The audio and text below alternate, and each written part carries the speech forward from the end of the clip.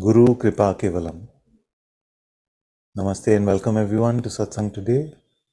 Sadguru Sri Muji Baba ki Jai.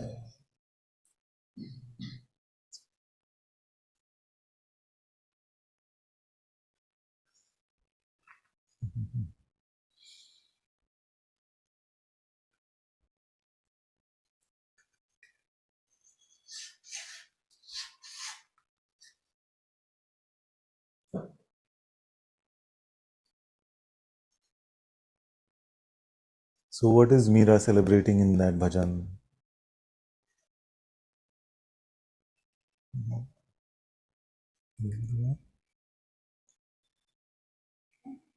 What is the first line?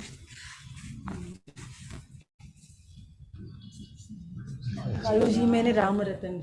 Yes. So what is she saying in English? How would you translate? I got the Ram Ratan, the jewel of Jewel, Ram Naam. Ram. What is she talking about? She's celebrating that I found him. God's presence. No, I found him. And then what happens? जन्म जन्म की पूंजी पाई Ah, जग में सभी खो आयो. yeah.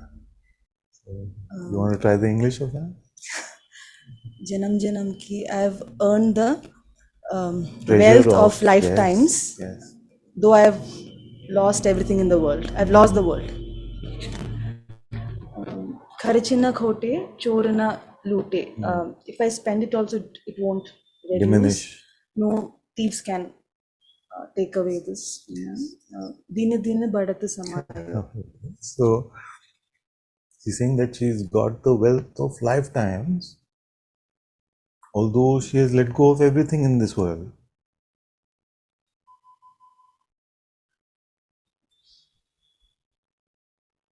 That's a very important clue. So the sage celebrated the discovery of God's presence within herself, and now she's giving us clues as to what made her get to this and what is the value of this. So the treasure worth lifetimes you could not gather. That is the treasure that she got. But I lost the world in the process.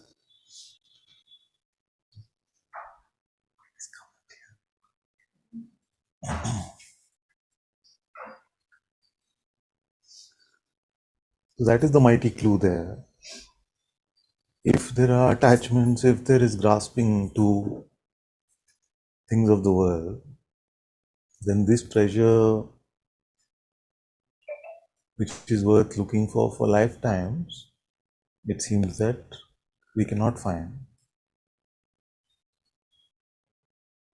Nothing in the world can take it away. A thief cannot steal it. Death cannot remove it.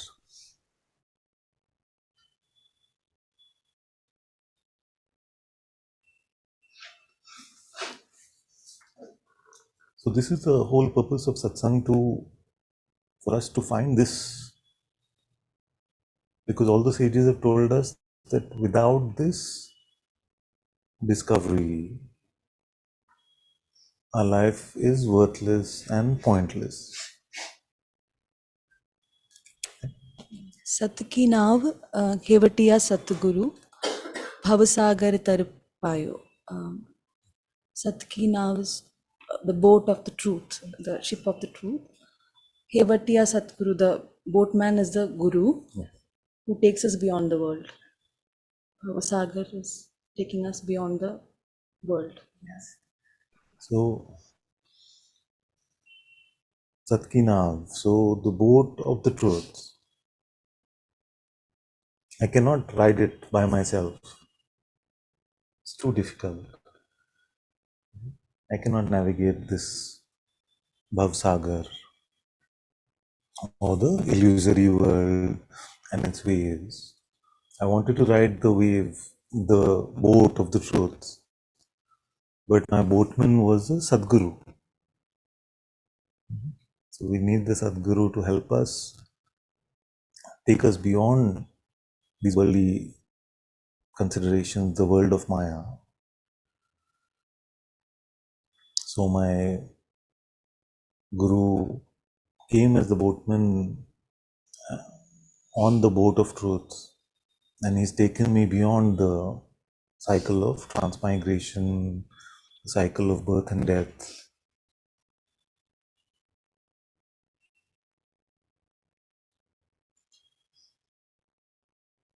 So, what is the intent that the sage is telling us this? He's just trying to make us jealous. I found it, I found it.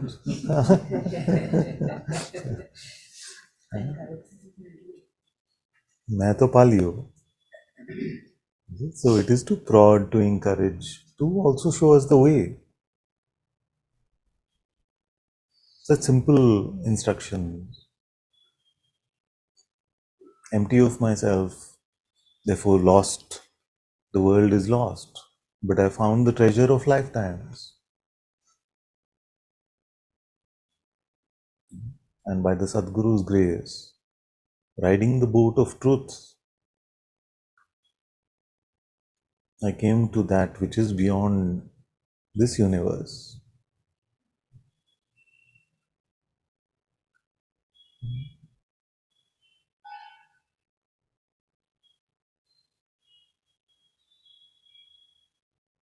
So this is what it is about.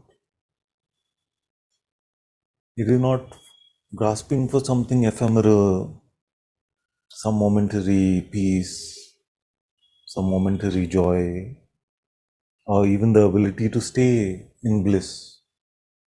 It's not about that. And we found the treasure of God's presence within ourselves. We found the Atma within, which is Ram's presence, which is God's presence.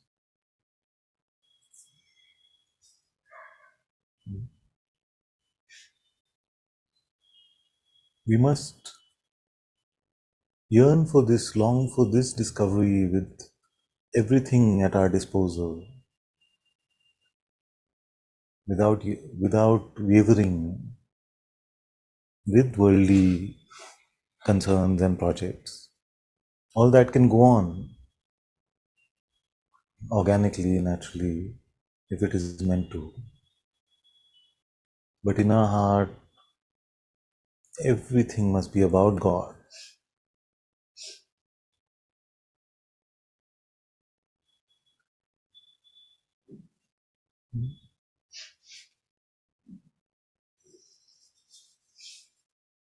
Live as if God is a reality.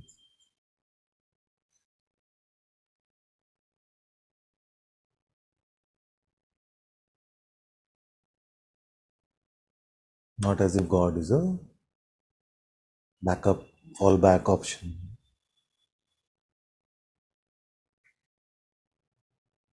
If the Ram that Meera is speaking of was here now, how would you live?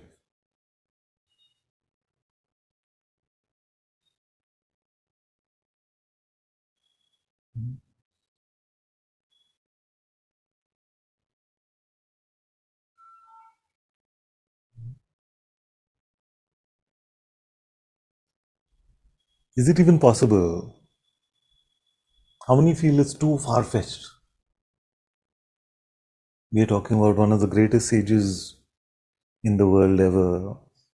And on the other hand, we are talking about little old me. Who am I to find God? Is it even possible?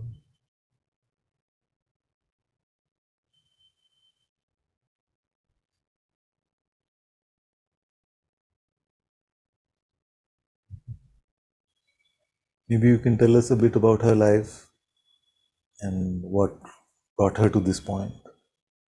Whatever you know. I think her mother introduced her to Krishna when she was around 5 years, and she was curious to know what a marriage is, seeing somebody else's marriage, and then her mother told, Krishna is your bridegroom. you know, and that she took. Almost in jest, the mother told her that Krishna is your husband. Husband, yeah. Yes.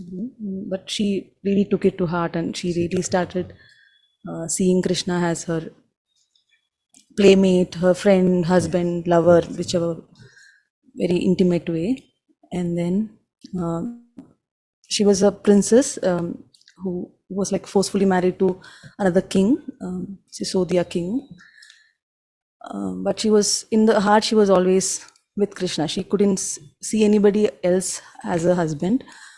And in her husband's family, I think they were devoted to Kali. They were Kali Bhakts, and they had a very different way of looking at God, because they were the warriors, Rajput warriors. So for them, Krishna was a very soft, not very suited for their temperament. And then she had to face a lot of problems at their in-laws' house also. And then I think her husband passed away in a war or something. But her faith was so strong that she was kind of isolated in her husband's house, and she was put to test a lot of times. Like, she was asked to drink poison. She was sent a snake as a mala to her, but I think Krishna saved her every time, and she came out of all these tests also. And then she leaves the palace and goes out and starts singing and dancing in the love of Krishna, which really provoked her husband's family, really. Um, and then they tried many times to kill her also, because the family's reputation was at stake. And then finally she leaves her palace forever, and she goes to Dwarakadish temple, I think. And then there, the story is that she vanishes in the temple. She goes inside and not comes back. She kind of merges in Krishna. That's what they say. Beautiful.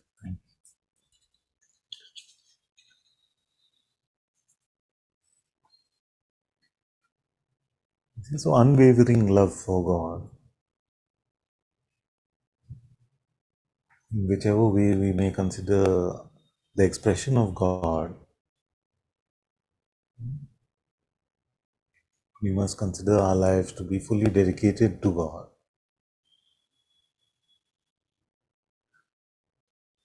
All that is left of me, may it be for God, not the worldly way of so-called spirituality, which is God for me. What is God doing for me?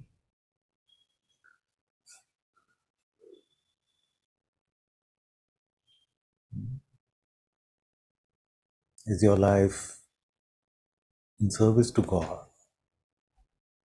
Is the love in your heart for God?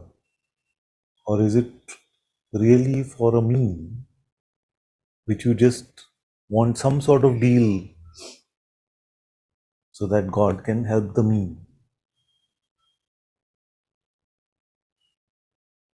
And God is worthy of your love only if God helps the me.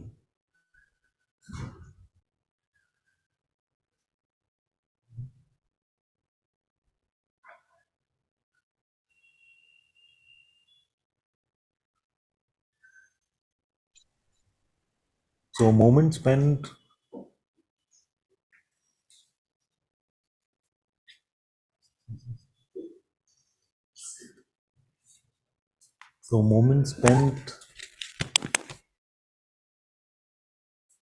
without God's presence being palpable, without the love of God, is a moment wasted in this life.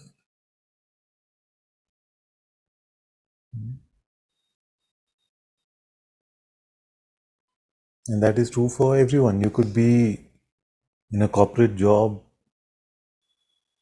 or you could be a priest in a temple or a church. The opportunities for distraction and the world attachment are available equally for everyone. But the possibility of living in God's presence is also equally available for everyone.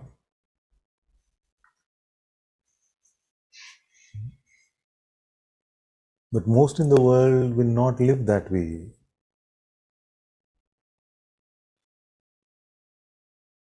Because although nobody in the world really believes that they are selfish, we don't realize our own selfishness. How our vision is so blurred when the me comes under attack. When the me comes under attack, then all talk of God and all God's light can wait.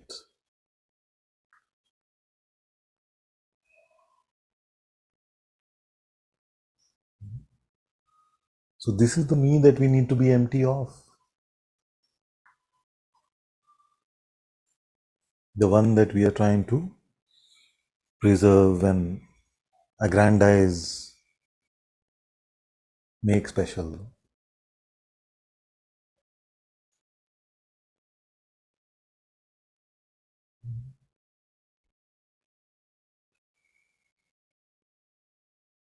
If the me is dancing on the screen constantly, there is a minimal chance that you will see the light of the projector. You're so enamored by the story of the me that you will not see the light of the projective light in which this whole universe is appearing. And that which is aware even of this will seem like a beautiful concept for those who are interested. At best, will seem like a beautiful concept. We may even think we have mastery over the concept, but it is meaningless if our life is not lived in the presence.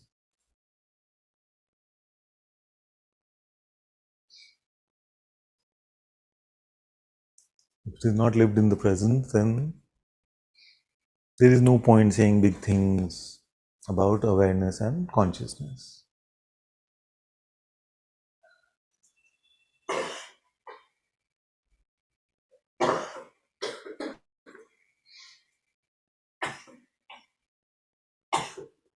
If you are living without the love of God, and I've said the other day that our love for God is actually also God's love for us.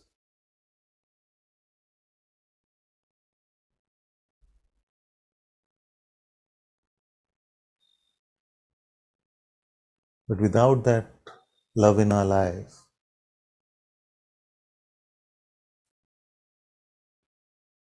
what is it?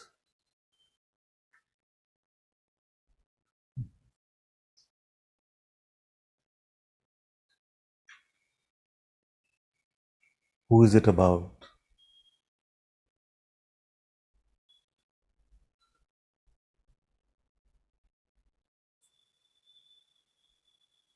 So, on one hand, there is a sage like Meera who's saying that I gave up on myself and I found God,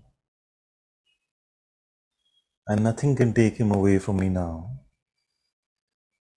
The biggest thief in the world cannot steal Him. The biggest calamity or death cannot take Him away.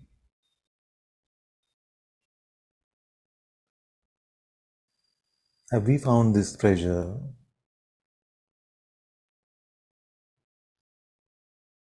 Are we living in the light of God?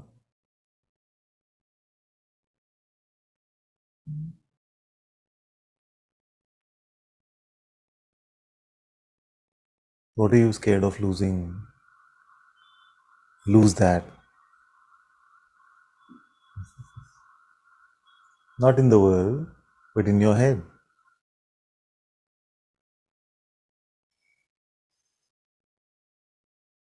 Live as if you're already dead in your head. What will you hold on to? All this is a dream of yesterday. That's one metaphor. You're dead. You're just dreaming about a past life. What can you hold on to from here? Let it go.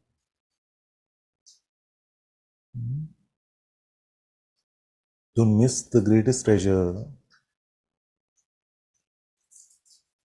for some worldly, nonsensical distraction.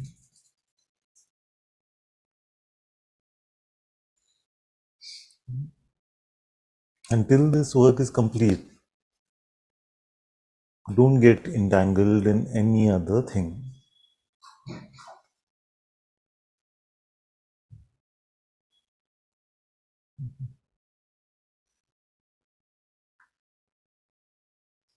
Some words came here the other day where the word said, क्या मिल गए हैं भगवान तुझे जो तू इंसानों में उलझा है? Means, have you found God that now you're involved in the worldly human play? Don't have money to buy a morsel of food, and you're going to the marketplace looking to buy elephants. So, to focus on resolving this world play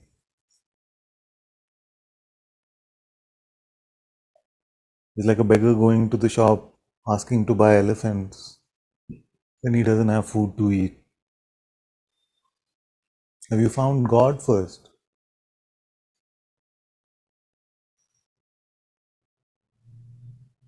That you're involving yourself in other things.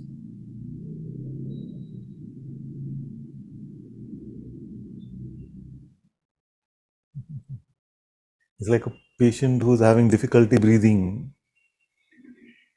asking about the menu for tomorrow.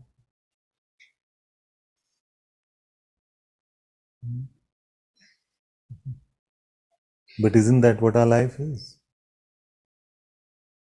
We haven't found the fundamental basis of our very existence. And we're trying to solve the mysteries of the universe and trying to find our soulmates and trying to find financial security. We haven't even found the one who lives,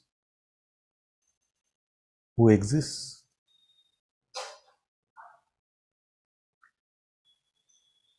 Is it? So the mind is the seller of misplaced upside down priorities.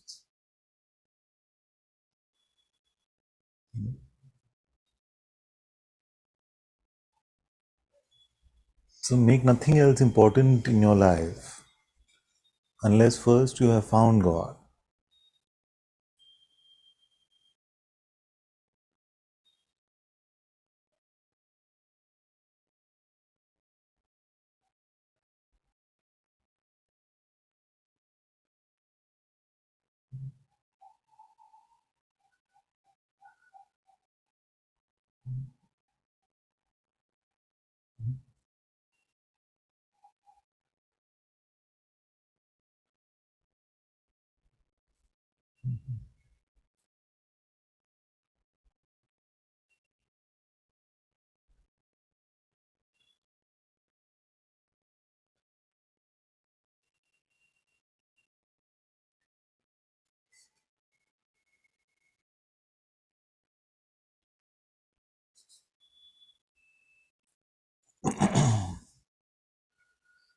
दाने के पैसे नहीं और हाथी खरीदने बैठा है.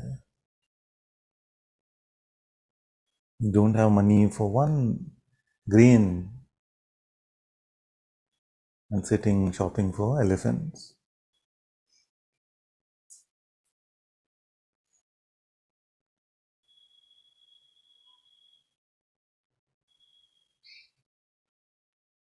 That is the human condition.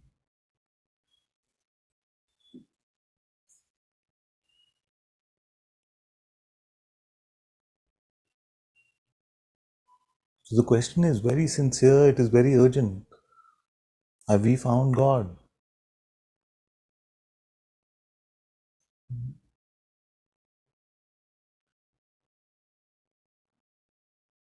Most of our life we spent in the idea that it is not possible.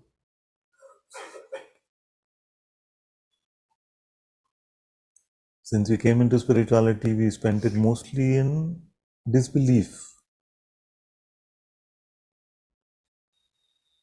I said it the way I wanted to. Even after coming to spirituality, we spent most of our time in disbelief, where God is just a fantastic notion to fall back upon to help the body mind, which is going to die anytime soon. What a waste.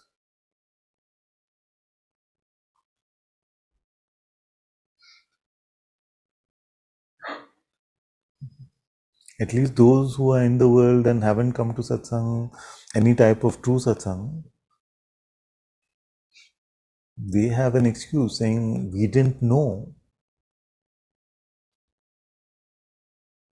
We didn't realize that it is possible to live another way. We didn't realize it's possible to live another way. But we have no excuse.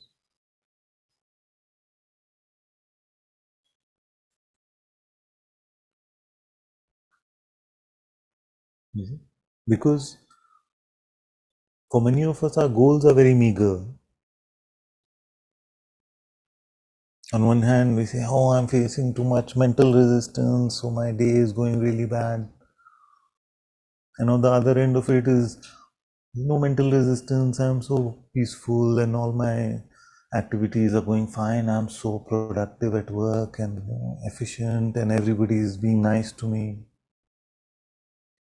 Is that the end, two ends of the spiritual spectrum? Where is spirit? Yes, I use that to become productive and then I will die. Very productive. I'll die the most productive person in the whole universe. Then what?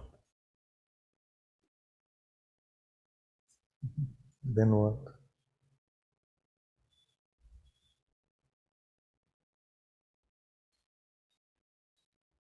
Or now that I found spirituality, I just breathe. And all my relationships are so good. I'm doing so well. And then, are you going to take your relationships and go?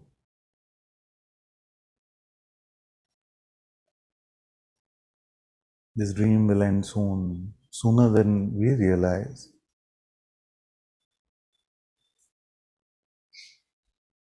What have you carried from your previous dream here? Which relationships do you have that you can make an urgent phone call to the dream person that is your soulmate?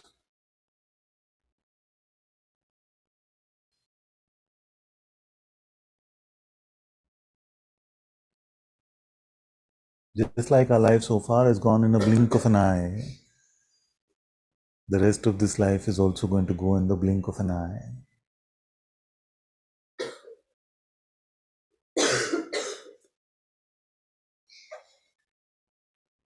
So it's time to wake up.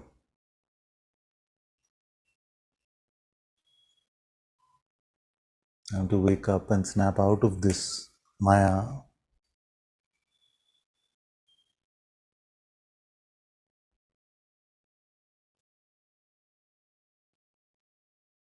Recognize the nudges that God is sending your way to wake up.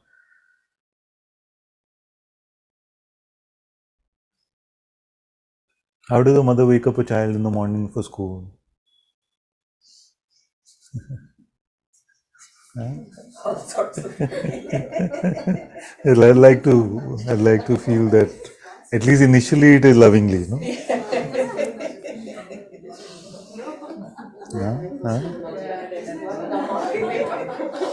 See the actions all the mothers are making. Is it first only? Starts like that. Okay, my metaphor is fallen flat. Okay, in the make-believe world, a mother starts lovingly and say, "Get up." Huh? Father is a mother. How does the father wake up a child? Get up, please. Get up. It's time for school.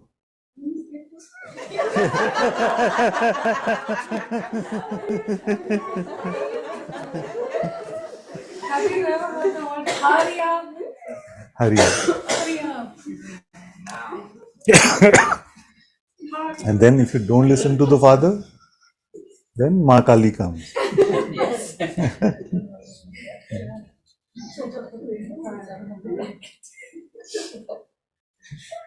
So the nudges that God is sending your way is the Father lovingly trying to wake you up. If you don't listen now, you know that Kali is coming. You have to be shaken up to be woken up, and you'll be shaken up to be woken up. If you snap out of it yourself now, there's no need for shake-ups. Not that the search for God now should become another way of pain avoidance, but we are going that way if we don't listen.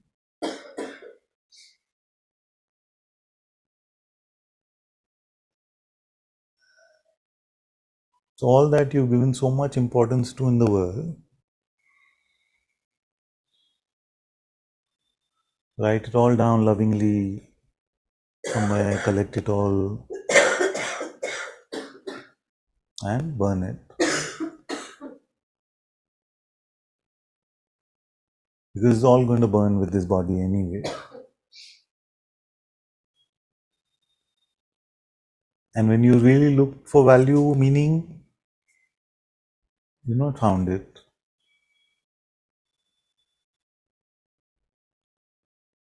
You know, we don't even know what meaning means.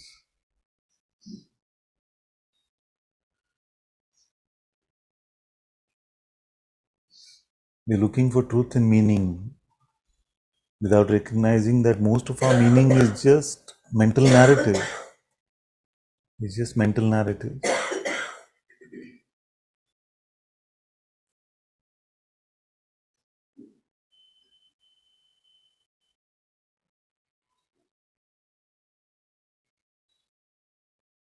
So don't use spirituality as a new way now of finding meaning for the non-existent me. Use spirituality to chop your head off, live headless, full of heart, full of love, full of compassion, humility.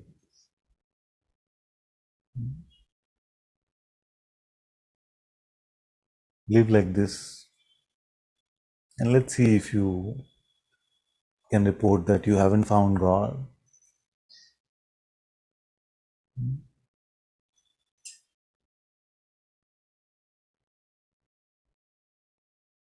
So the deal is that you have to be empty for God, and then God may be recognized. But we want it the other way. Show me God, then I'll take the risk of becoming empty. But you have no position to negotiate. It is not a negotiation between equals. Where God says, no, you be empty, I will come. You say, no, first you come, then we'll see. Is it?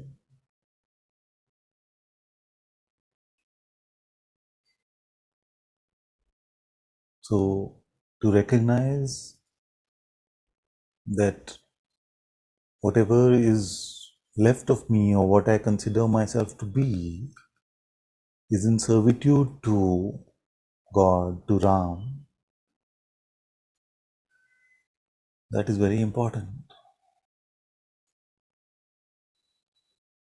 We have no place, we have no role to tell him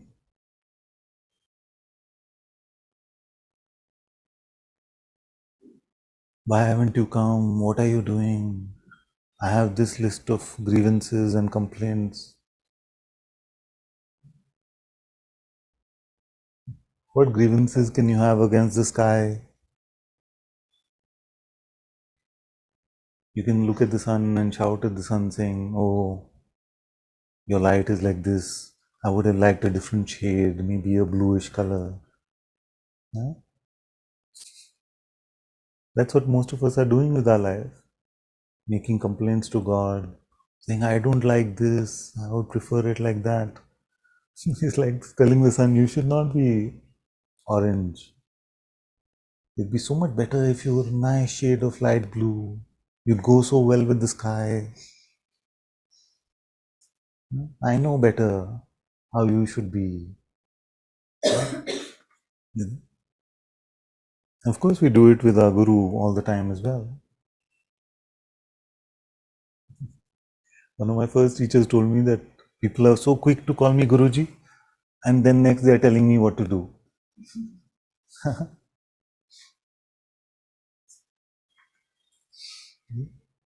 And it's okay for maybe because you have a human form in front of you. But how are you communicating with God? For what? Is he a grievance management system? Is there a suggestion box that he has sent down saying, all your suggestions about how I should be running this universe, please put them here? Is it? So, in a way, it is sweet, and to have that communication is beautiful, but don't waste it all on just this.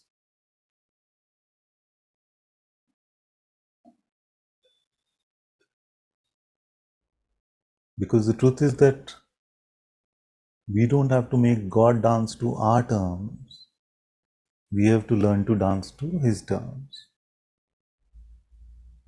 A life spent in servitude to God is a free life. To the mind, that sounds like a contradiction. How can a life in servitude be the life that is free? We don't want that. I want a God assisted life and not a God dictated one. But have we really examined the alternative? Because, my friend, our life is going to be a dictated one either way. Who is the one who is doing the dictating is the only difference. So it's not that you want to live on your own terms. One option is to live under mental slavery and mental oppression, therefore dictation being a dictator, the mind being the dictator, versus God being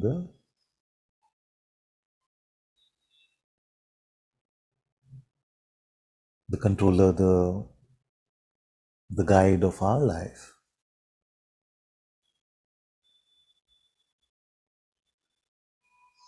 So it's not a question of being free of being or being subservient.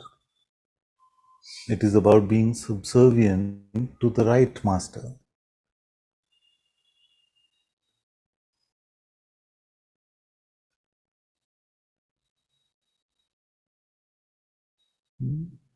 So to be free is to be living in the will of God, in God's dictated life.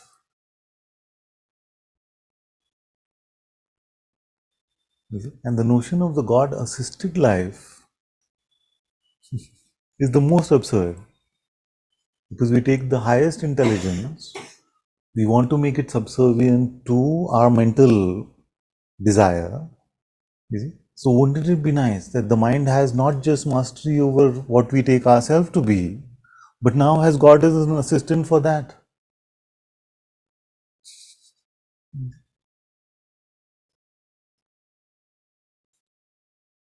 So isn't then, if we continue to only look for a God-assisted life, isn't that part of the ego's master play anyway to take over from God?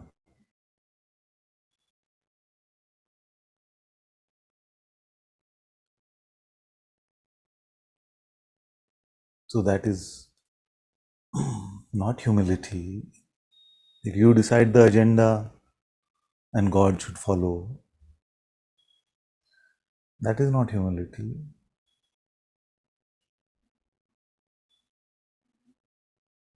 God decides the agenda for this life and we follow wholeheartedly. And if there is nobody like that left to follow because all has merged with God, then bless you, of course. But the one that is wants to use that as a defense is the one that needs to follow. Because many times I've heard this.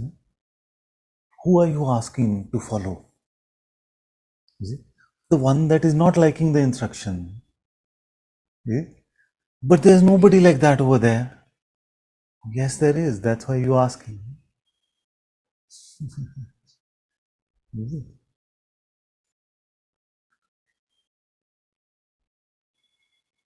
Because if you're fully empty, then the notion of a God dictated life would not bother you.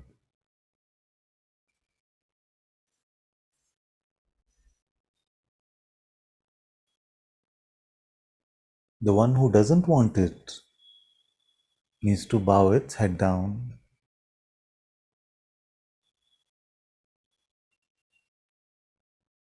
That is the special one. The one who believes that he or she has found something, has become somebody, has achieved spiritual progress or even enlightenment.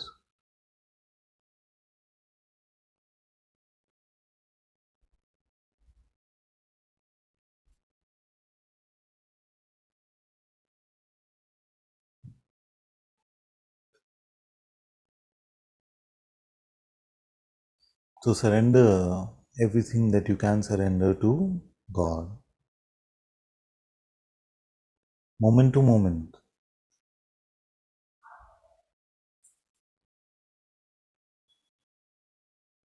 You cannot make a claim that my life is surrendered because this moment, this moment, this moment. Because in every moment in this play, you can either live in the ego shadow or in God's light. In every moment. Whether you're a sage or somebody who is a complete atheist, everyone is given the same possibility.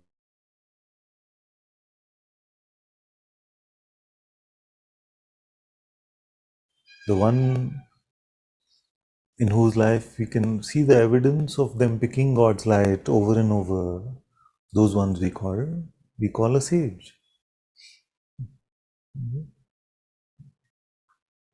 The ones who emanate a personal odor, we call a worldly person.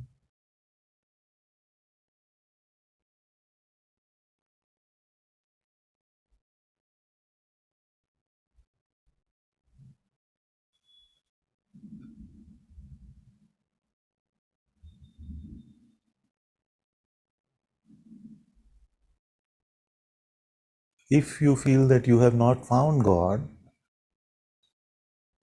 then the question to ask yourself is, have you made your life about God? Truly.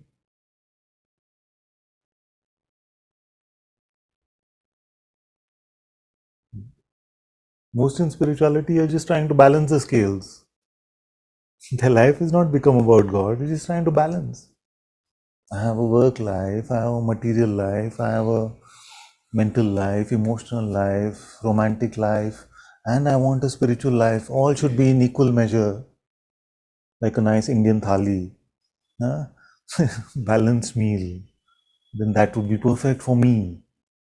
And you spend your whole life perfecting the thali every day, and then you die.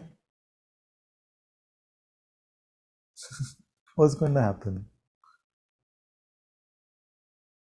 What's going to happen? You have special bones and special flesh. It'll take longer to burn or decompose under the ground. What's going to happen?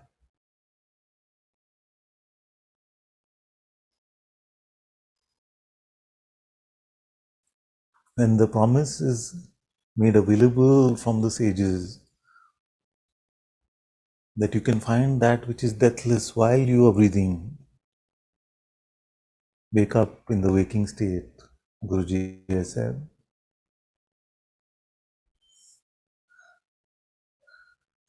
Wake up in the waking state.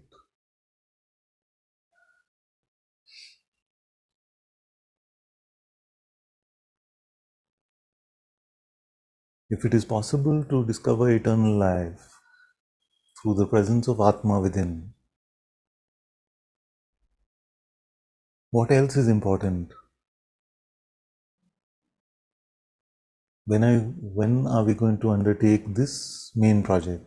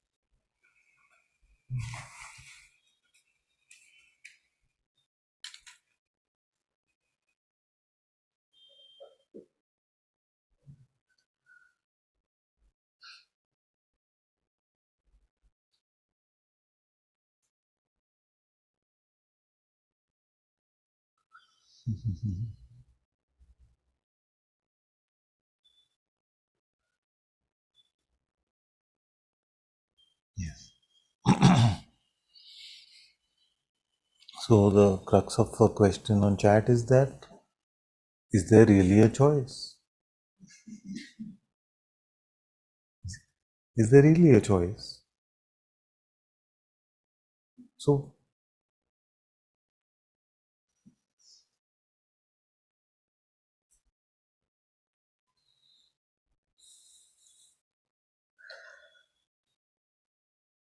we can go back to all the way to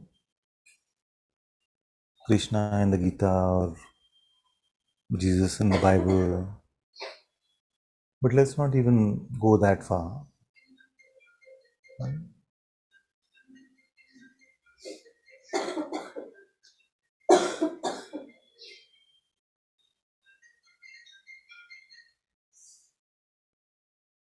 Let's stay with our family. So Bhagwan said, as long as it feels like effort to let go of the mind, to let go of the mind, to keep this back down, as long as it feels like effort, we must make the effort. As long as it feels like you have a choice, we must make the choice to not enter the stream of.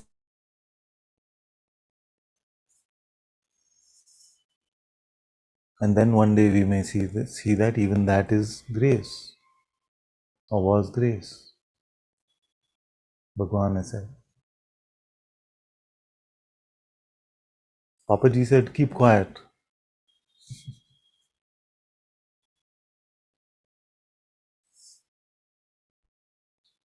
Keep quiet. Was he talking about outwardly?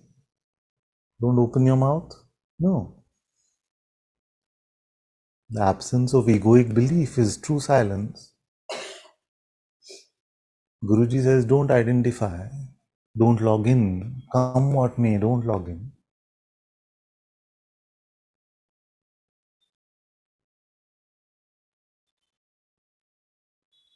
And for 12 years I have said, don't believe your next thought. Don't believe your next thought. Now, why are we all saying all this? Because either we must be really silly, we haven't really examined the mechanics of it and the human condition, and we don't really know how this operates. That all of us keep saying don't. Because you really don't have the choice to follow or not. है ना? Nanak ji said, Hukum rajai chalna, Nanak likhya naal. Whatever you do, follow God's will. But doesn't he realize, if I'm going to follow God's will, then I will follow God's will. If it is God's will, I'll follow God's will. Why is he telling us? Are all of them just trying to trouble us? Actually, we can't do anything about it. If I have to go with the mind, then I go with the mind. If I have to go with my heart, I'll go with my heart. What choice do I have in the matter? Why are all these people troubling us? So what's the answer? Either those that we are calling sages themselves are deluded. They don't know what's going on. They haven't figured the mechanics of attention, belief, identity, truth, meaning. Or they have. And they found some clues which we can follow if we were to follow wholeheartedly. So somewhere we have to break this question. Otherwise everything that we hear, that's why I rant about Neo-Advaita so often. Because we can get stuck in the, but I am not the doer.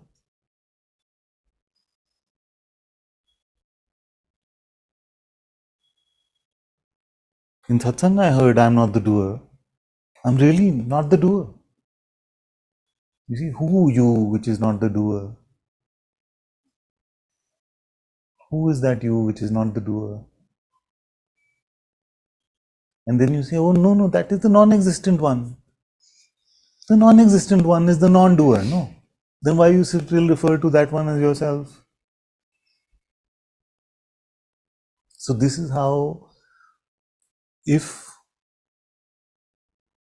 spirituality, especially Advaita, becomes conceptual and not applied, then it becomes a defense against true spirituality itself.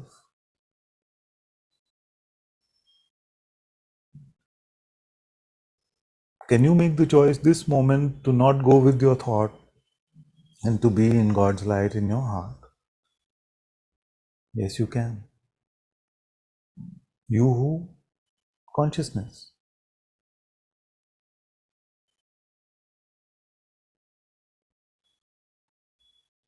If you can do it this moment, you can do it this moment, and you can do it this moment, and you can do it this moment.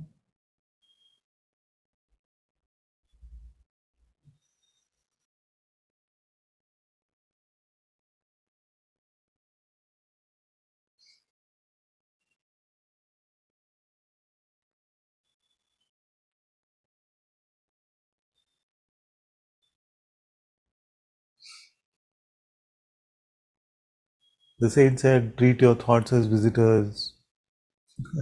Let them come and let them go. Don't serve them tea. But doesn't he realize? If the tea is going to be served, I will serve the tea. Why is he telling us this?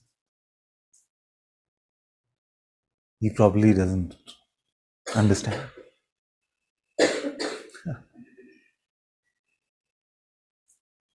How can I not serve it tea? Do I have a choice?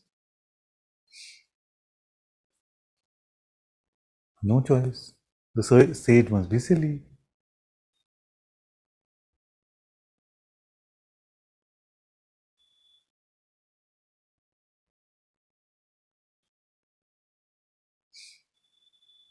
Remain in the unborn, Banke said.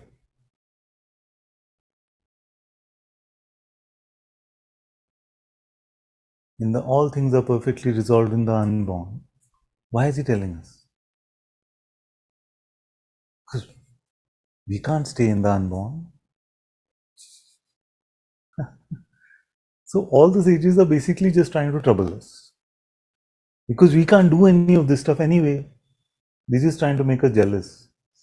Yeah, I am always in the unborn. Hey, look at you. All things are perfectly resolved here. I am sorted. You can't help it. Is that how it is? There must be a reason they tell us.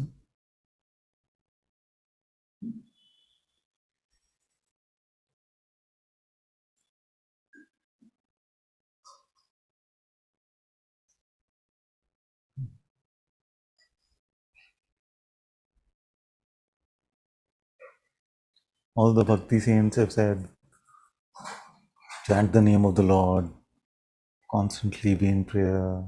In the Bible it is said, pray unceasingly.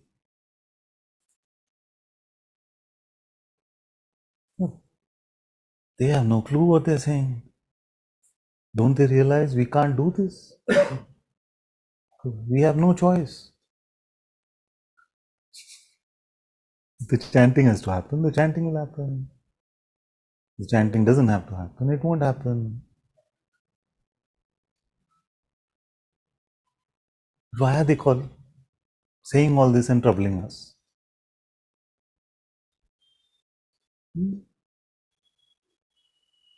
Why do I trouble you every day? The work is not done, wake up, wake up. No, you can't wake up. So, what's going on? What's going on?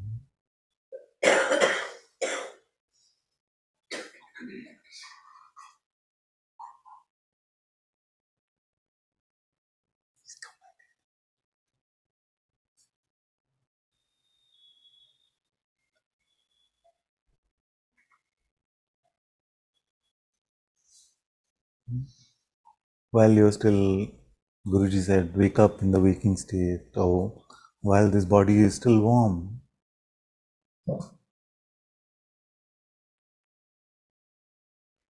Why is he telling us? Somewhere we have to break out of this idea that it's a mistaken Advaita idea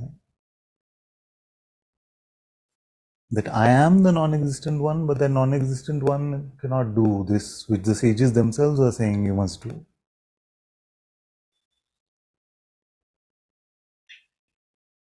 Therefore, I'm just little old me, the non-doer one.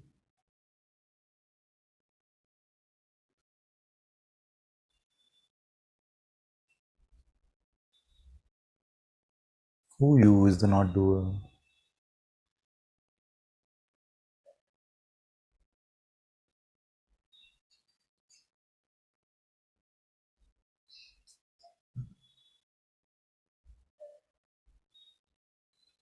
It's time to wake up.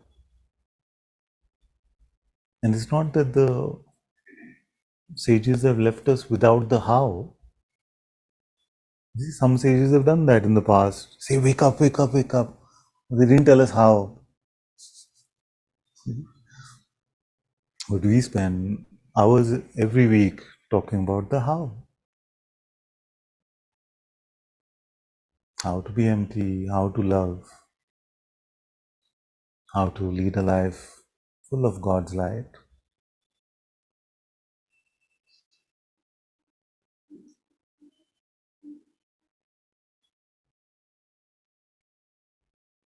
Just have to follow.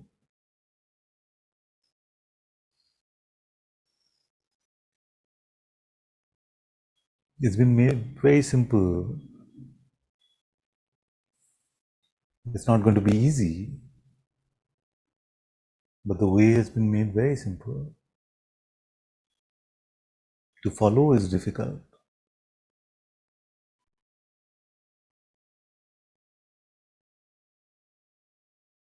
And where does the difficulty come from? The more there is of me, the more difficult it is.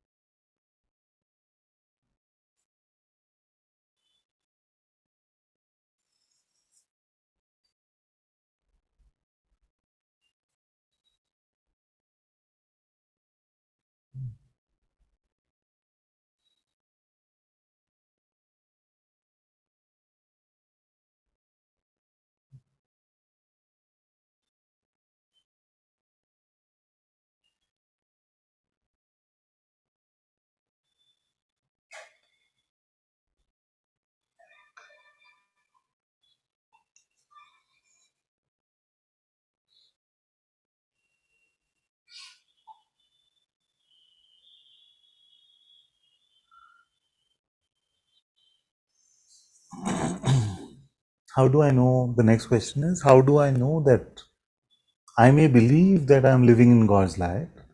I may believe that I am doing the best for God, but what if I'm just fooling myself? It's a good question. What if I'm just deluding myself like I've done in the past? I always felt like I'm leading a great life, a good life, a true life. How do I know? You can't really know, but there's enough evidence. If you were to really look, there's enough evidence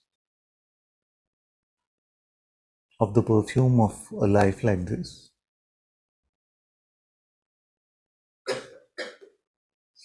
You find a presence of unconditional love in your heart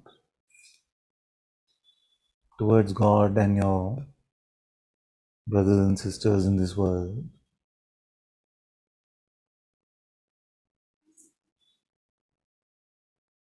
If you find that unconditional love, most of the time when you look, it's a good sign. Do you feel that there's a holy presence always with you? It's palpable, like God is here.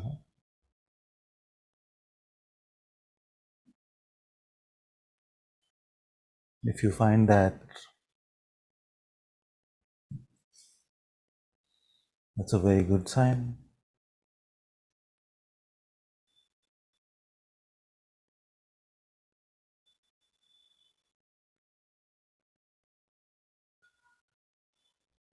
If the truth is apparent to you about your reality as awareness,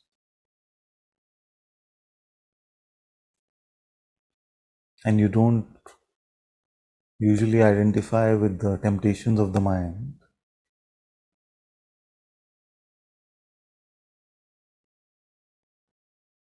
it's a very good sign.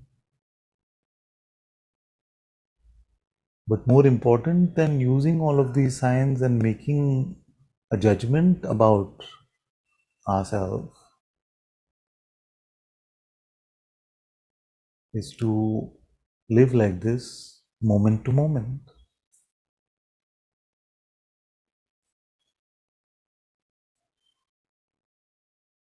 In the moment,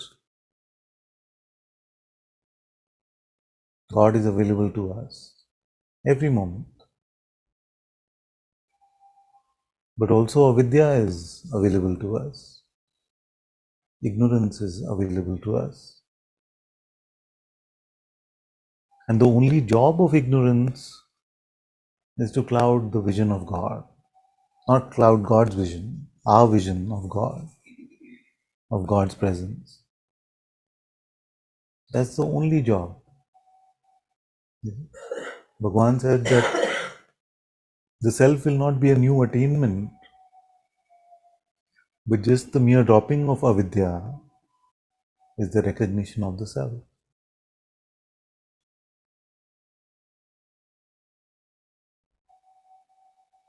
So this is the battle, and the battle is for time. On the two ends of the battle, there is ignorance, avidya, saying, I am special, I am somebody, I want to, I will do, I this, I that.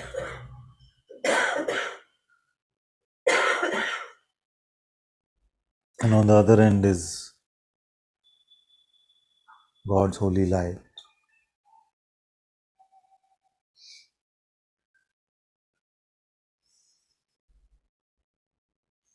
Pick the right side, moment after moment after moment.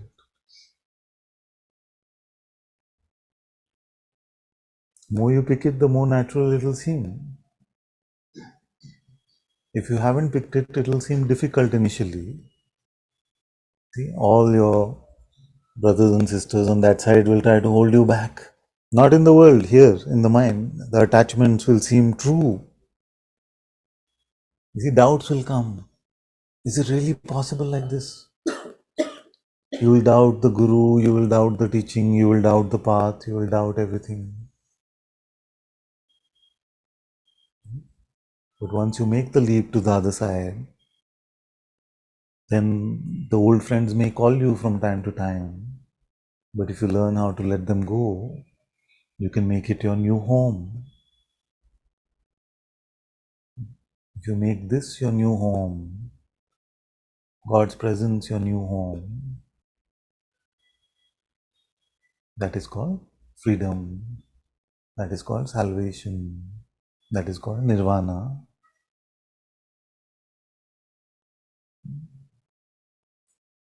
Not that it becomes irreversible. We must never count on that. We must never become arrogant. But there will come a point where you are not that easily shaken. And the sages are showing us through their life that they are not easily shaken.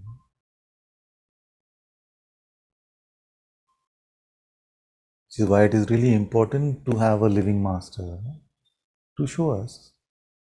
Because otherwise, when the doubt comes, it can all seem fake. The whole thing can seem fake. But you have somebody sitting there in front of you who you may have seen for years, and you can tell that they are not shaken by the temptation of Maya, the temptation of the mind.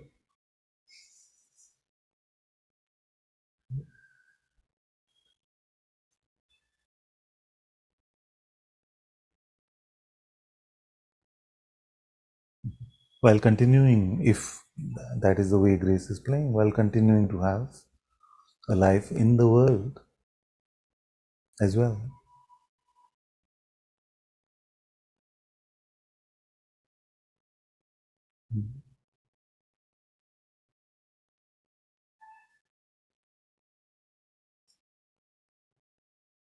Once we have a master that we can follow,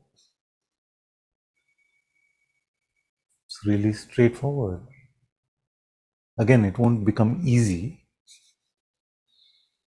but the confusion about what should I do, who should I follow, what should I read, what is the way, is this right, is that, all that eases up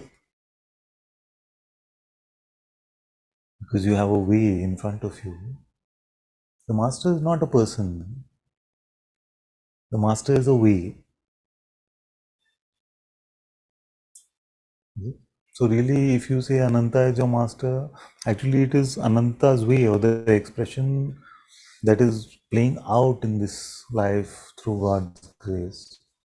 That is the master.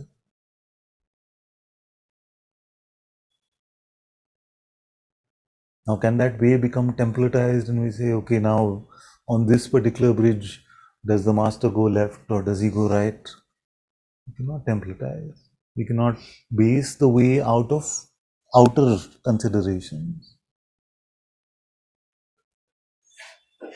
You just have to get a handle on the pulse. You get a handle on the pulse. And then you are following the way.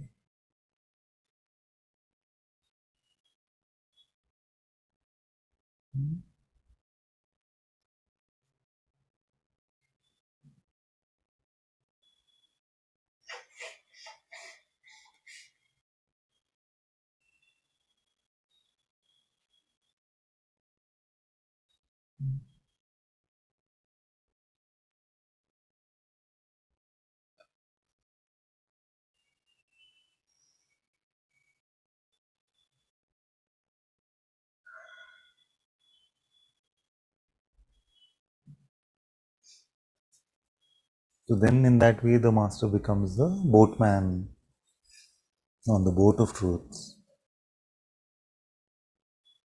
to take us through this ocean of suffering.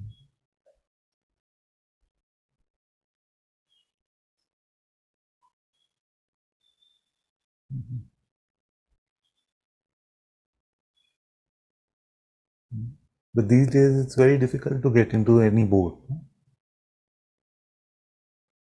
The one you can go to Google and search for boats and there are hundreds of boats. Then you feel like I can build my own boat. And I will take the best out of all these boats that I'm seeing. I can build my own boat and then I can become the boatman for all those that want to cross. And then the one who come across your boat then says the same thing. I can build my own boat. Because I like a little bit of this, a little bit of that.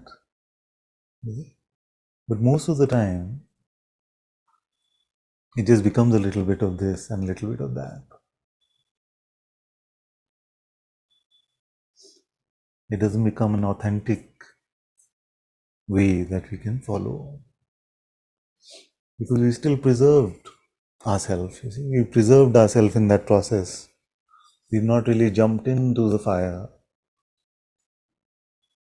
We've conserved ourselves somewhere, saying, a little bit like that, a little bit like this. In a way, the opposite of what I'm saying.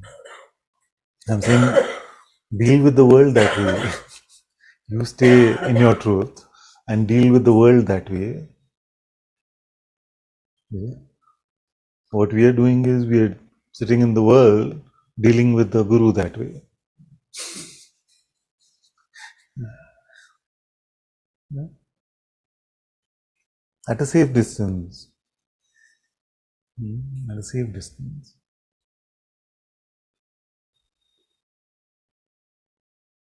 So we were watching a movie today where this boy comes into this church for the first time and he's really feeling something authentic after a long time in his life. And what does he want to do? Run. Run. Because I don't want to be hurt again. If I really hand over myself and then I find that there's something wrong or I wasn't seeing things correctly, I'll get hurt again. You see, so in that self-preservation, seemingly self-preservation, we hold back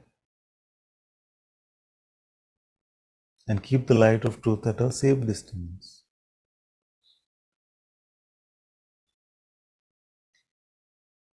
Also known in the Indian family as the most famous response to spirituality, which is balance mein karo. So overdo it. Balance mein karo.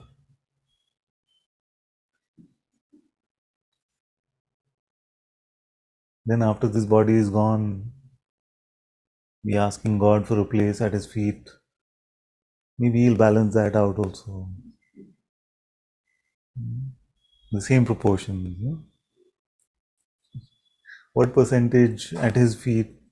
Same percentage that you give your life to Him. Deal?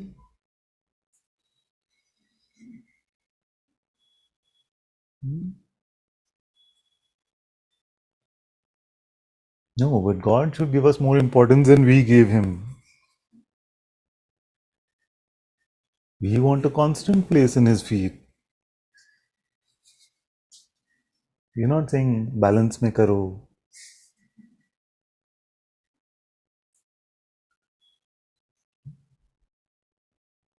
There's nothing the mind likes more in the human condition than optionality. As long as we have the option, I can be at God's feet, I can visit hell a few times, I can do this. Just keep the options open with me. Then I will pick. This is what we want.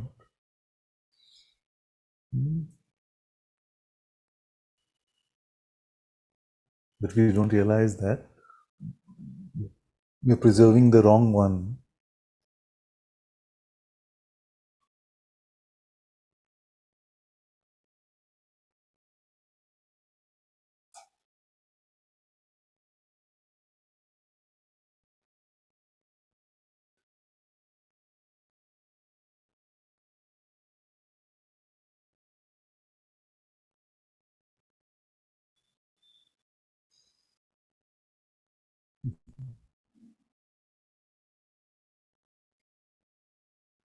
You heard about Sage Mira's life. Did that sound very balanced? You heard about Buddha's life, Ashtavakra's life. Sound balanced?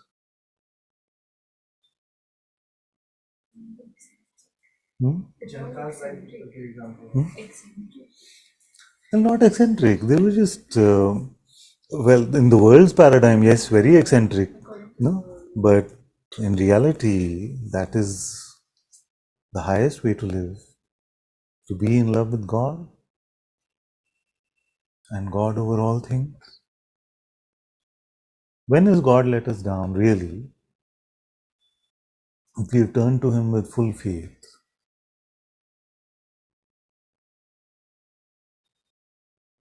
He's always carried me, always.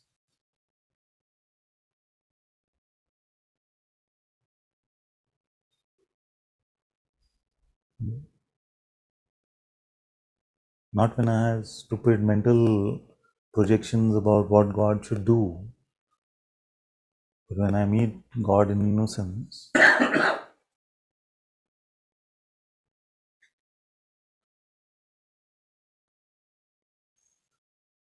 He's always only given me reasons to deepen my faith, deepen my love. When is our love for God not been reciprocated in our heart?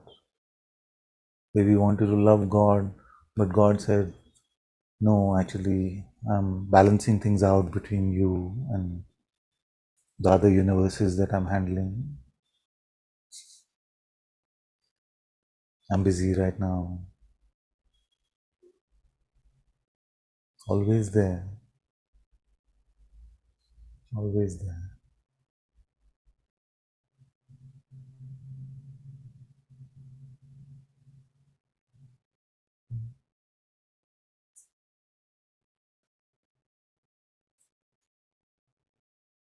Every answer,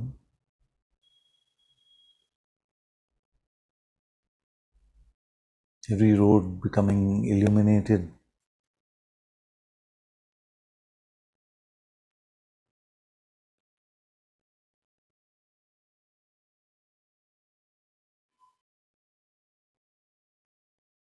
We are blessed beyond comprehension. We are blessed beyond what we can comprehend.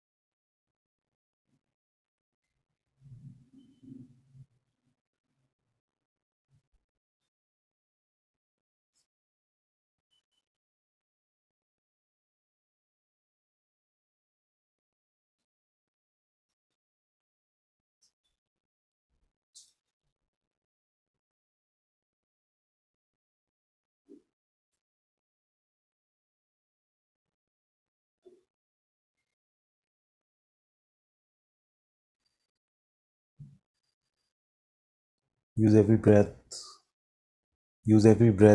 every heartbeat, every waking moment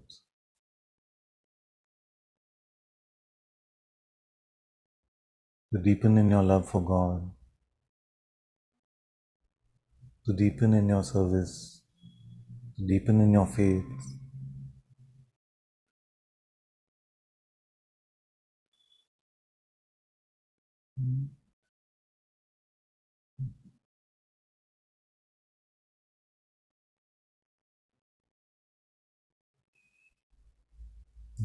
And remember that this world is just like the surface of an ocean.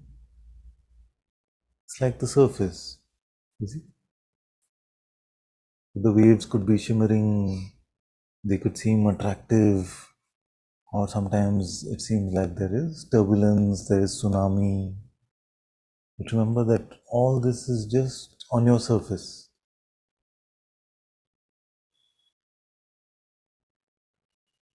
This is not the bulk of your reality.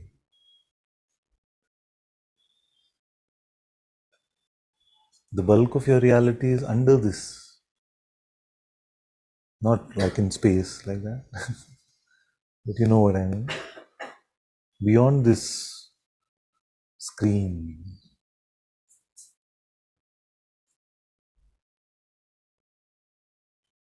is real life. That's what the Vedantins were trying to tell us. By calling this Maya, by saying that everything that we perceive, it comes and goes and therefore is not real, and to get us unattached from the surface so we can dive deeper within. What's beyond this? The realm of perceptions. Is that all there is to you?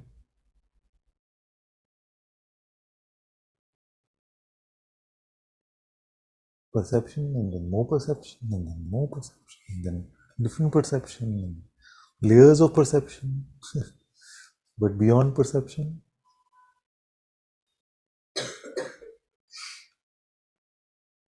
that is where you find God. That is where you find yourself.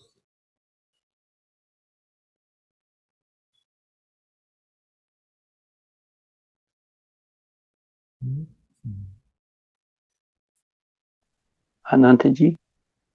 Yes, yes. Sorry, I just noticed I could speak. I felt I have a feeling just I will try to stay.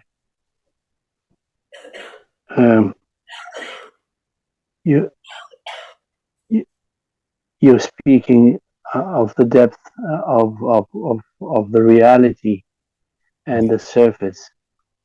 And I notice many times in me, and I see also in the relation with others, how there can still remain the fear of a fear or yeah, a concern of isolating myself in my discovery of God, and so kind of opposing the self-discovery to the world reception. And as you're talking about the depth of the ocean, and before you were talking about the unconditional love, which is not limiting things to what they seem to be. Yes. I feel to say here, there is the advice: remain open and empty, or don't believe your next thought. They are very, very powerful openings. And another sage said, love the other more than yourself. And all this, for me, I needed to say this at some point, and to share, to hear you about this also, because I know, I see in Advaita there is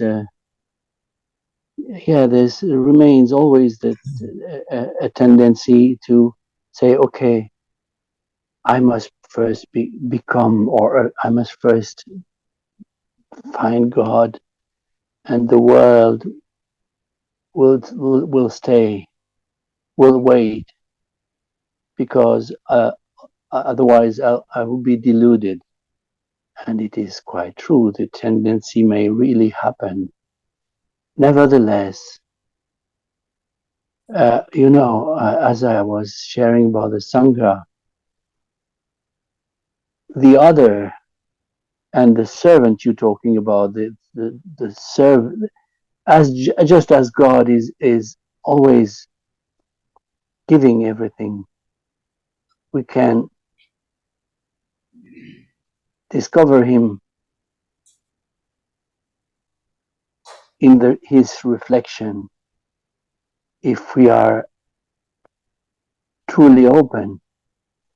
I'm just doing my best. I'm just trying, but I feel this is a thing, a vast topic in my life, because I see in the Advaitic way still a kind of a opposition of self-discovery and world serving.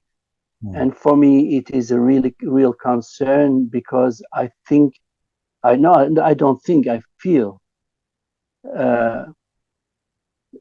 we have something to dare, and to be ourselves, not in the believing way, but in the serving way, or in the loving way. And I really feel, the other day I was talking about the Sangha, just because of the same thing. I have the feeling that we are still enclosed in our becoming, and we don't share really. I mean, you help us to do it, and all is done by you, and on all the lineage, to open us to the real, transcending of the fear. But there remains this This is, I think it is a thought that the true I has to be reached, and that it is not yet here, and as long as I have not reached it, and I think it is, I cannot do anything, I cannot interact, I cannot serve even. And this is for me really, really, I'm happy I can talk, express it today, but it took time to come to be ready to be expressed. But you know, it is really for me a very big concern. Yes. Yeah. Thank you so much. Thank you so much. Thank you, my dear. Yes. So, what to do and what not to do? Yeah, let's approach it in this way. That's how it's coming here. So, if the love for God is real, then what should our stance or relationship or position be with the brothers and sisters in the world? Should we just isolate ourselves and deepen, or should we try and deepen by spreading the love, spreading the light? Now, if you were to say, so what should I do from here on? The question is impossible to answer. What should I do from here on? Or what should everyone in the Sangha do? Or anyone in true spirituality, what should we do? Should we spread or should we deepen? In a sense, deepen in an isolated sort of way. And how long should that deepening be before the spreading can happen? Is the spreading also a deepening, or is it a distraction? There are many questions related to this topic. So, and the sages have helped us actually with this very clearly. And in some ways, it is the openness of their answer which makes it sound inconclusive, but actually it's very conclusive. What am I meant to do? What should my position be? Quiet, sharing in a cave or on a TV channel? What should be? What is the right approach? The answer is from the heart, moment to moment. From the heart, follow God's will, moment to moment. In a moment, you may be guided to close yourself from the world. Another moment, you may be guided to talk to your neighbors, talk to your brothers and sisters. Another moment, you may be guided to post something on social platforms. Another moment, you may be guided to share in this way on Zoom or YouTube or whatever. As long as you're approaching it with integrity and not selfishness, approaching it with an attitude of service and not specialness, it is very unlikely that you will go wrong. God will guide your every step. So we don't need to make a broad conclusion and say what is the right approach. Because sometimes it is important to isolate yourself, and sometimes it is important to bring this to everyone. But those times only God can tell you. We cannot make a recipe out of it. Everybody's condition, temperament, the listener, the questioner, who is meant to come and listen. All of the variables are at play, so we cannot determine it. So many times, if this body is not well or something, I don't know by the morning of satsang also whether I'm going to be sharing or not sharing. I know it can be frustrating for some of you, but I really don't know. Can I say that I can prioritize the health of this body? Suppose somebody is only coming once and they have a chance to live a life in God's light. Is it? Am I saying that I can compute all those variables and determine whether satsang should happen today? I can never do it. Conceptually, in the mind, I could never do it. So I just have to wait for God to guide. Is it? And God doesn't work on a worldly clock. He doesn't work on a worldly clock. He's never late, but he is under no obligation either to make sense to us or to operate on our timeline. So, like innocent children, we wait for his guidance, we wait for his nudges. And as we mature in living in God's light, and I am not mature at all, I'm just a beginner on this path. But even as a beginner, as we deepen in this, then we start to recognize the nudges more and more clearly. See? And recognize the nudges doesn't mean that we look at everything like a sign. Oh, that's a sign. I'm recognizing the nudge. Oh, that's a sign. No. Inwardly, in your heart.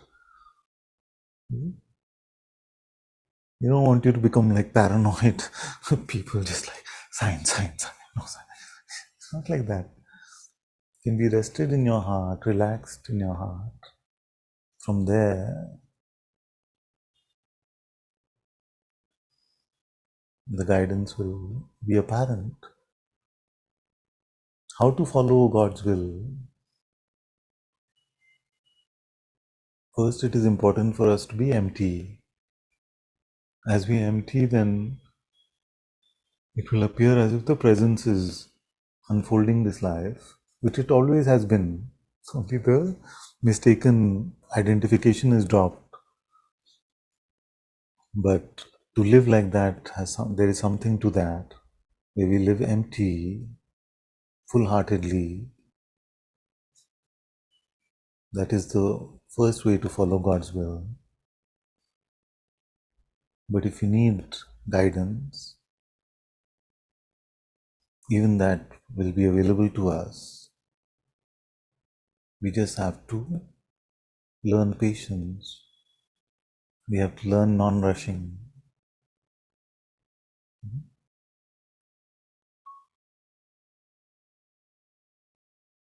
The Atma within the Holy Spirit is the source of all guidance.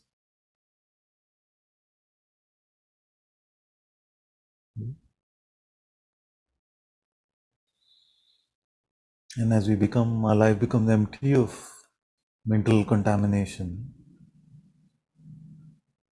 it will become clearer and clearer.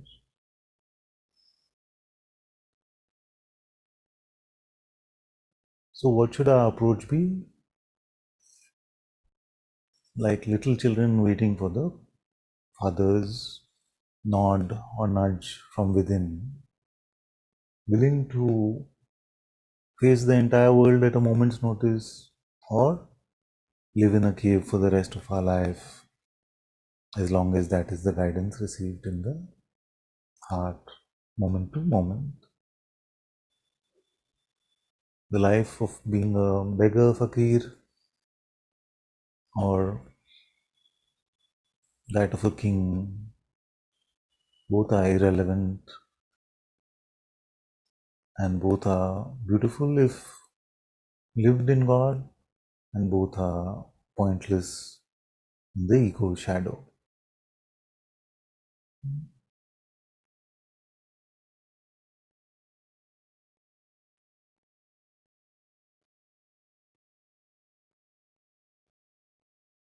Clear? Good.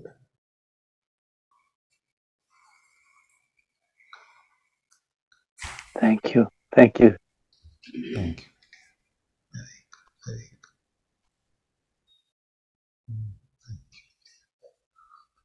Okay, Sharanya wants to come. Hello, Father. Hello, my dear.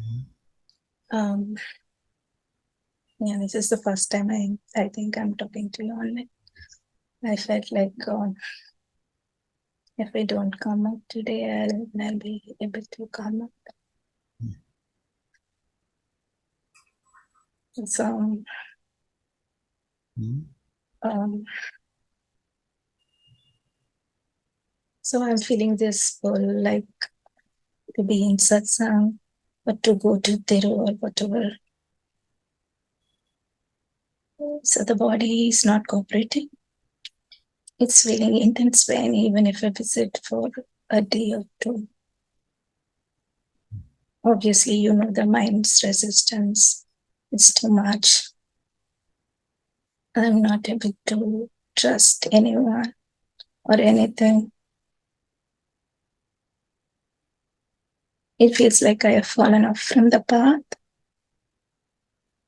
I used to get this fear, like I may fall off the path and I may not be back in track, but I don't feel the fear now. And that is even more scarier, like in some way, like, Yes. you know.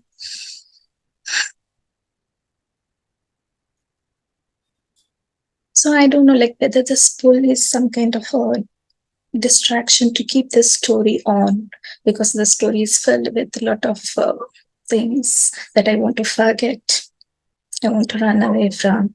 This pull is like keeping those things alive every day, every minute. Like I don't want that. So I feel like it is like a distraction from staying with what is, whatever.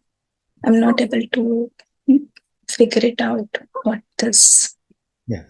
So let's define the two options which we are not able to decide between very clearly. What are the two options? Option one is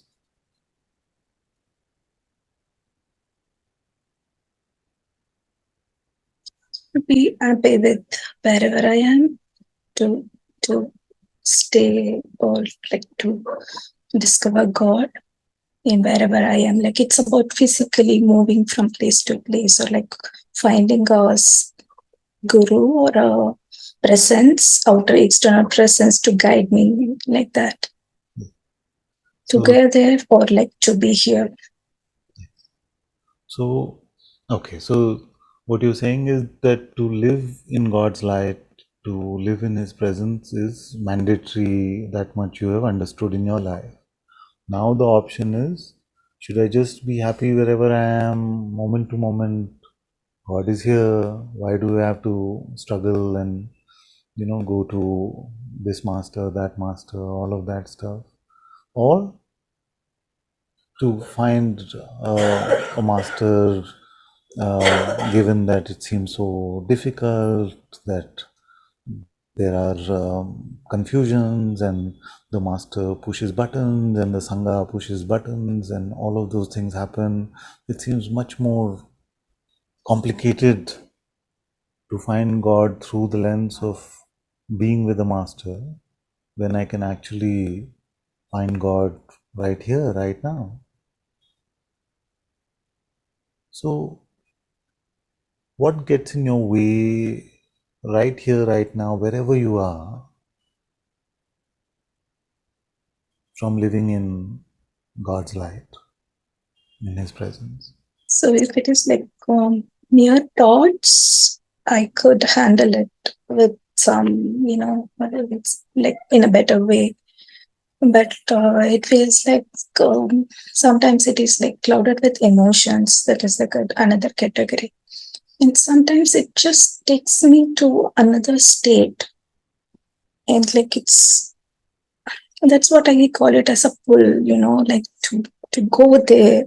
It takes me to a different state with all this insight, the memories of insights, not exactly insight, the memories of insights, the memories of states, they pop up with expansion, with some expansion, and like from the heart, it is like pulling.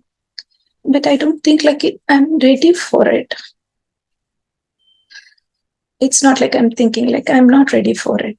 I can say that now. I don't want to go through intense physical pain or emotional pain right now, or energetic pain, or like however we want to name it. Yeah. So, are there conditions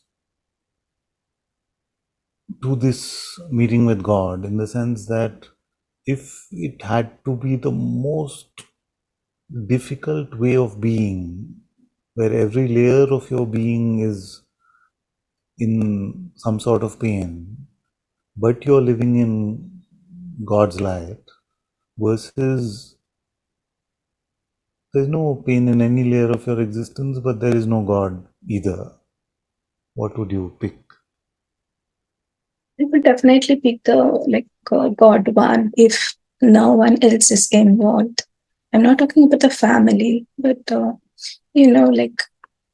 yeah, this is something like I cannot resist, which is like people coming and judging me and like pouring out their judgments on me is something I'm not comfortable with.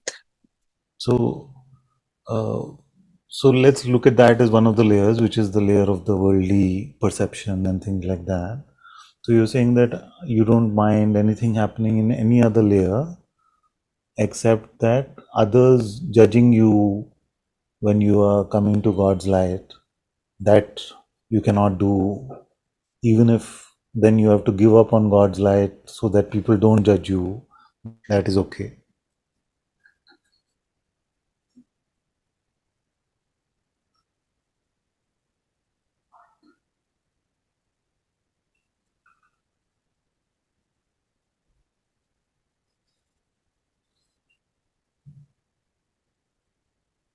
The physical space doesn't belong to me. It's also like thing like going to temples, like like how this energetic stuff comes out in this expression, like going to temples or in anyone's else place. I'm not comfortable with. Their judgments may be correct or wrong. That is not a thing. It is not about balancing the phenomenal world or balancing God. I don't know how to put this in a right way, but there is something that is not fitting in Father. Is being in God's light, is living in His presence still an option? Like there's option one, option two. There is no option. Like even if I be here, like I'll be like trying to discover the self. There is no other option. But this pull, like I don't know whether I'm making this pull. It doesn't look like that as well. But like the phenomena, like it is posing challenges. Like the body is just not moving. It is just not moving. What to do? What is primary, I or God?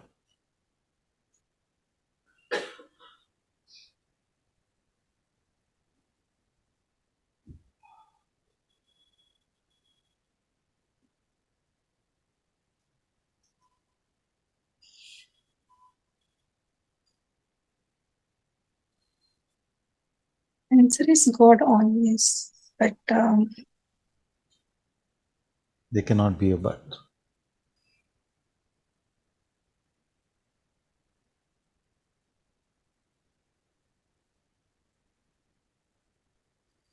what to do when the body is not moving and the pull is constantly there? What to do?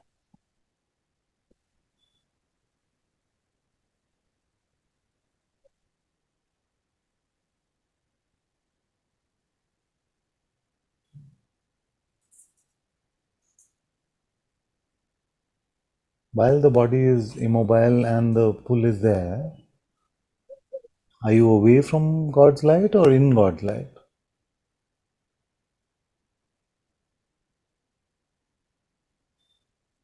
And it's not one of those answers where you can say that I'm always in God's light. So it's a question of whether I'm an ego shadow or am I in God's light.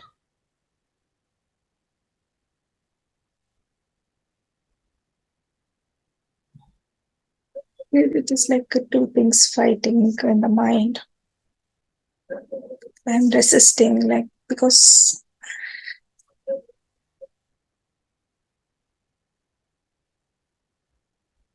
beyond the mind.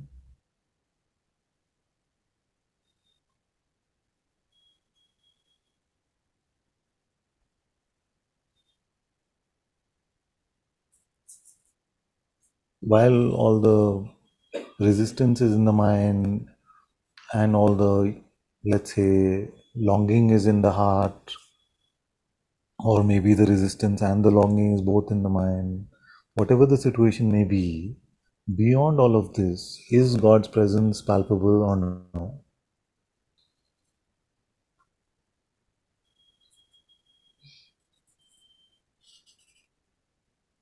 I'm not able to find that ground that time.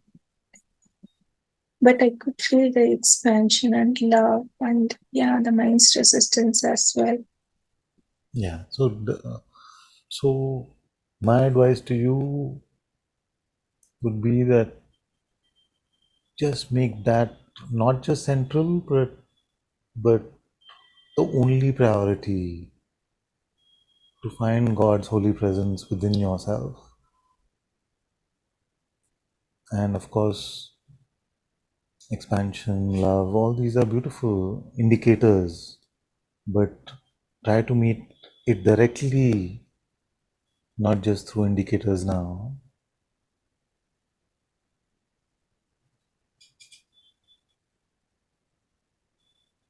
And don't worry about what should happen in the outer realm of movement, whether with guru, without guru, which guru, what other people, all of that.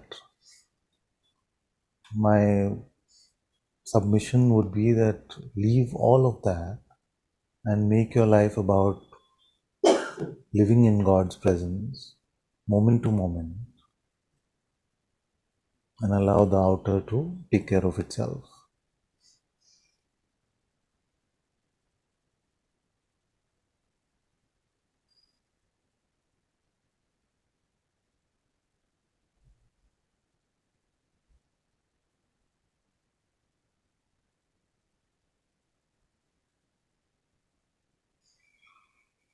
So what should I do when this kind of turmoil happens? Like in that moment, what Yeah. should I do? Like I was saying in the previous question, we cannot determine that from here on you should just do like this, or from here on we should just do like that. Is God's presence a worthy guide to guide us moment to moment? And if He is a worthy guide to guide us moment to moment, then we can allow Him to unfold this life moment to moment. And if He is not a worthy enough guide to guide us, then He is not worth spending any time on. So if we are going to dedicate the rest of our life to Him, then it must be under the assurance that He can also guide us in this way, like we are innocent children and our parent nudges us from within, then our life becomes a surrendered life. So all the other questions about the outer realm can be left to Him. You have only one choice, which is to go with the individuality and the temptations of the mind, or to stay in the holy light within yourself.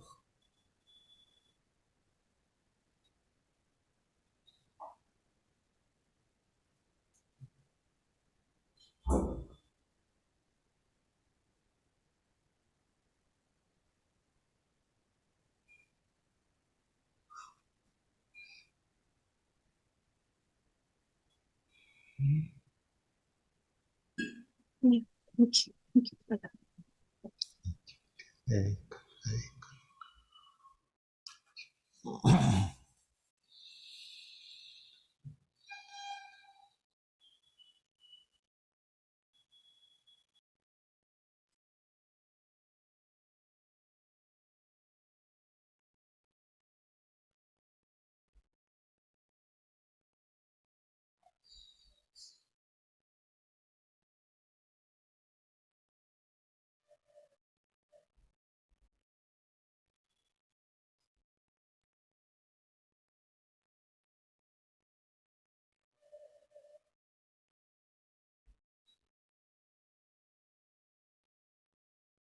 Thank you all so much for being in Satsang today.